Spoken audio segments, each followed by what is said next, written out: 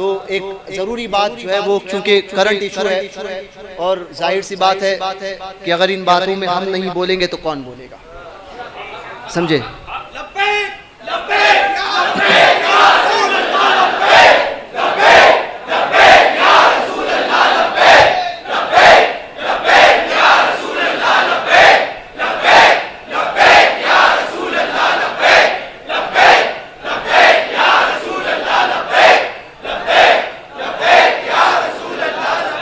हाल में चंद दिनों पहले एक तवायफ ने, समझे, इससे बेहतर लफ्ज़ उसके लिए कोई नहीं हो सकता। सही है साहब, ठीक है, इससे बेहतर लफ्ज़ उसके लिए कोई नहीं हो सकता। उस तवायफ ने हुजूर की शान में गुस्ताखी की, समझे। तो पता चलता है कि पैदाइश कैसी हुई है।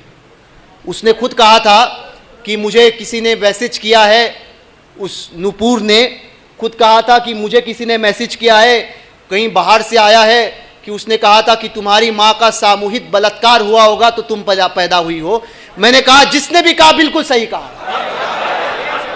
जिसने कहा बिल्कुल सही कहा, क्योंकि तुम जैसी तवायफें बोलती तभी ऐसी बोलियां तभी बोलती हो जब तुम्हारी माएँ खता करती है, समझे। हुजूर की गुस्ताखी तभी कोई इस तरह करता है जब माओं ने खता की होती है, समझे। तो ऐसे लोगों से, ऐसों का बायकाट भी कीजिए।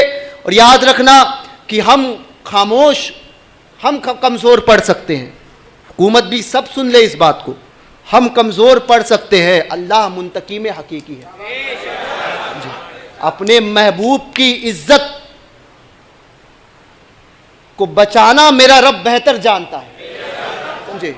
और तुम जैसे हजारों आकर ये बोलियां बोलेगे ना, तब भी उस शान पर, उस जात पर कोई फर्क नहीं पड़ेगा, क्योंकि खुदा खुद फरमाता है वरफाना लक जिक्रक, ए महबूब हमने आपकी खातिर आपकी शान को बुलंद किया, आपके जिक्र को बुलंद किया।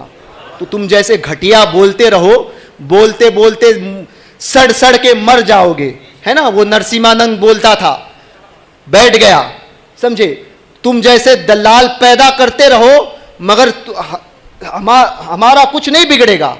याद रखना, हम अगर खामोश हैं, पहली बात तो ये हमारा ईमान का एकदम कमज़ोर हिस्सा है, हमारी कमज़ोरी है, समझे।